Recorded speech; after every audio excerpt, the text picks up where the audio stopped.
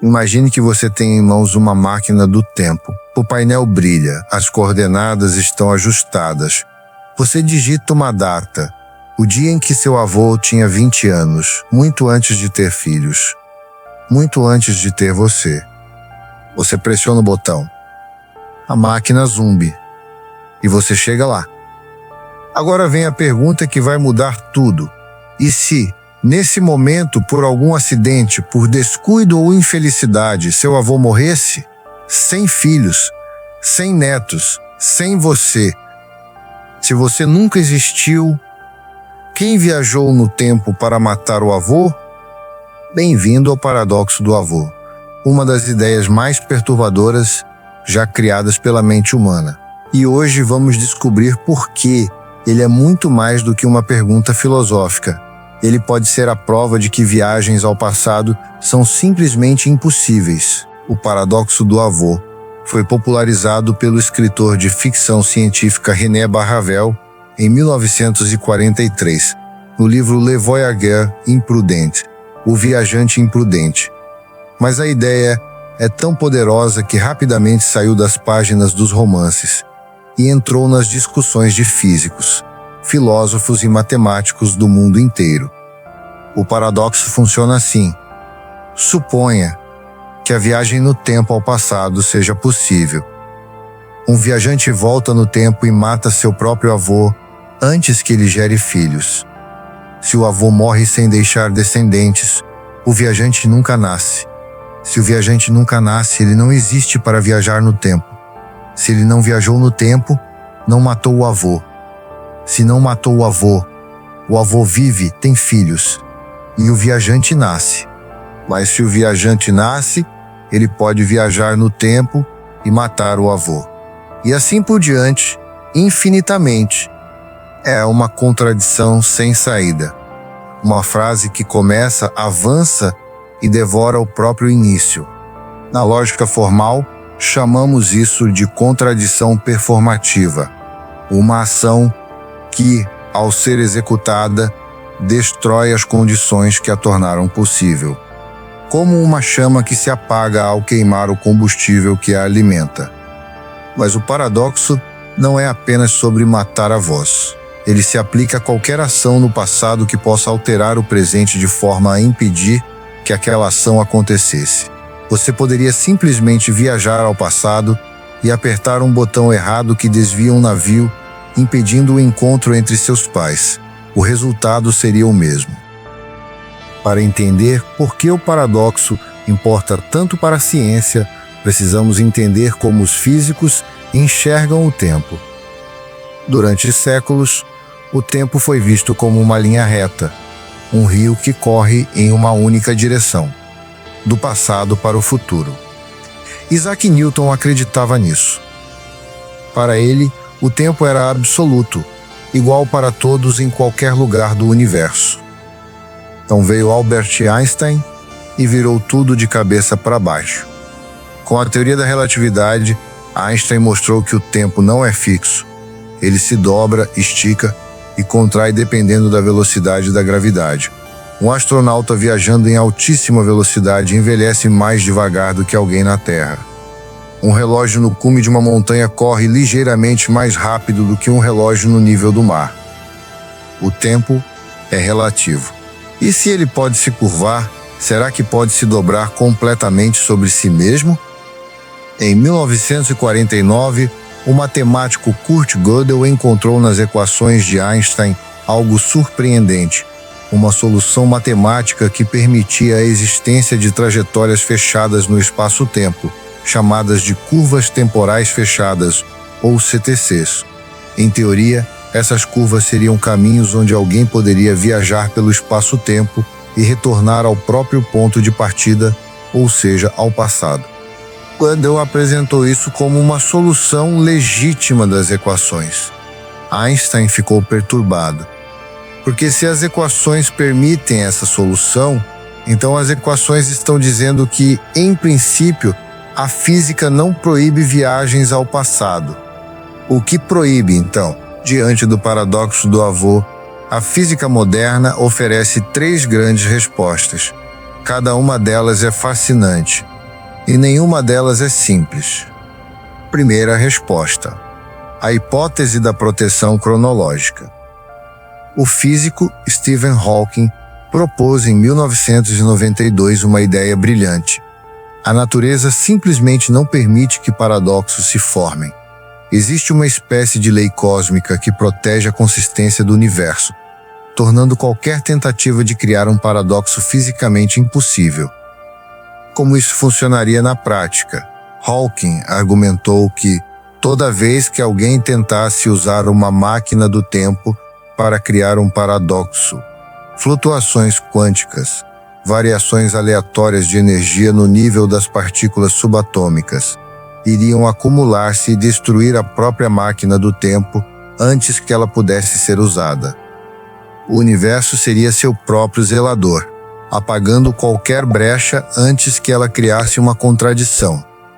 É uma hipótese elegante. Mas Hawking, ele mesmo admitiu que não havia ainda uma prova matemática definitiva para ela. Segunda resposta: a consistência de Novikov. O astrofísico russo Igor Novikov propôs algo igualmente intrigante. Viagens ao passado são possíveis, mas o universo é consistente. Isso significa que nada que você faça no passado pode contradizer o presente que você já viveu. Em outras palavras, se você voltou ao passado, já esteve lá. E tudo o que você fez lá já aconteceu. Você faz parte do passado que existiu. O universo não tem dois estados contraditórios, e ele tem um único estado coerente que inclui sua viagem. Aplicado ao paradoxo, você poderia viajar ao passado e tentar matar seu avô, mas algo sempre impediria que você o fizesse. Talvez sua mão tremesse, talvez a arma travasse, talvez você simplesmente não conseguisse apertar o gatilho, não por força sobrenatural, mas porque o passado que você conhece já incluiu sua falha. Você nunca poderia criar um paradoxo porque o universo já sabe que você não conseguiu. É reconfortante e ao mesmo tempo perturbador pensar que o livre-arbítrio pode ter limites quando você viaja ao passado. Terceira resposta: os universos paralelos. Esta é a resposta favorita da ficção científica, mas também tem fundamentos sérios na física quântica. A interpretação de muitos mundos, desenvolvida pelo físico Hugh Everett III em 1957, sugere que o universo se divide em ramificações sempre que uma decisão quântica é tomada. Se você voltasse ao passado e matasse seu avô, você não estaria mudando o seu passado. Você estaria criando uma linha do tempo alternativa, uma ramificação paralela do universo. Nessa nova ramificação, você nunca existiria, mas na ramificação original, você ainda nasceu, cresceu e viajou no tempo. O paradoxo desaparece porque não há contradição. São dois universos diferentes. Você simplesmente não pode voltar para o universo do qual partiu. Matar o avô não apagaria você, apenas criaria um universo onde outra versão de você nunca existiu. Aqui a história muda completamente e de forma surpreendente. Viajar ao futuro, ao contrário do que acontece com o passado, não cria nenhum paradoxo lógico. E mais do que isso, a física já demonstrou que é possível, dentro de certos limites. Isso se chama dilatação do tempo, e é um efeito real, medido e comprovado. Quando algo se move em velocidades próximas à da luz, seu tempo interno passa mais devagar em relação ao tempo de um observador parado. Da mesma forma, objetos em campos gravitacionais intensos envelhecem mais devagar. Astronautas que passaram meses na Estação Espacial Internacional voltaram à Terra frações de segundo mais jovens do que seriam se tivessem ficado no solo. É uma diferença minúscula, mas real e mensurável. Se você viajasse a 99,9% da velocidade da luz por um ano, voltaria à Terra centenas de anos no futuro. Sem paradoxo, sem contradição. O problema é a volta. Voltar ao passado, mas o seu ponto de partida exigiria quebrar ou reverter o fluxo do tempo. E é aí que o paradoxo do avô levanta sua cabeça e bloqueia o caminho. Mais do que uma curiosidade filosófica, o paradoxo do avô revela algo profundo sobre a estrutura da realidade. Ele nos diz que o tempo pode não ser apenas uma dimensão passiva, uma trilha por onde o presente se move inevitavelmente para o futuro. O tempo pode ser uma dimensão protegida, com suas próprias regras de consistência que impedem contradições lógicas. Também nos força a questionar o que significa causalidade, a ideia de que causas sempre precedem efeitos. Se a viagem no tempo ao passado fosse possível, um efeito poderia existir antes de sua causa, ou pior, poderia destruir sua própria causa. O universo, ao que tudo indica, não tolera esse tipo de incoerência. Alguns físicos acreditam que o próprio surgimento do paradoxo do avô, quando tentamos matematizar viagens ao passado, é um sinal. As equações estão nos dizendo que algo está errado na premissa. Assim como dividir por zero produz um resultado sem sentido, calcular a trajetória de volta ao passado produz contradições, medos, e isso pode ser a forma da matemática dizer isso não existe. O paradoxo pode não ser um problema a ser resolvido. Pode ser uma resposta disfarçada de pergunta. Então, por que não podemos voltar no tempo? Talvez porque o universo exige a consistência acima de tudo, e qualquer viagem ao passado criaria uma contradição que ele simplesmente não pode sustentar. Talvez porque a natureza possui mecanismos invisíveis que protegem a linha do tempo como um guardião silencioso. Talvez porque o passado já está completo, imutável, gravado com precisão absoluta, e qualquer interferência já estava prevista nele. Ou talvez os universos paralelos sejam reais, e o passado que você tentaria mudar nunca seria o seu passado verdadeiro, apenas a sombra de outro universo que você nunca habitou.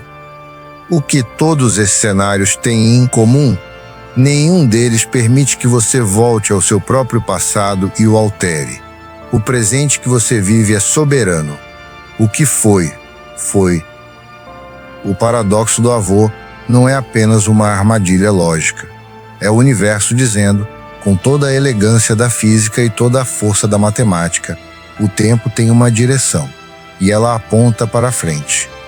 Se você gostou dessa jornada pelo tempo, deixe seu like e se inscreva no canal. Na próxima vez, vamos explorar outro mistério épico que a ciência ainda não conseguiu resolver completamente. Até lá, e cuide bem do seu avô.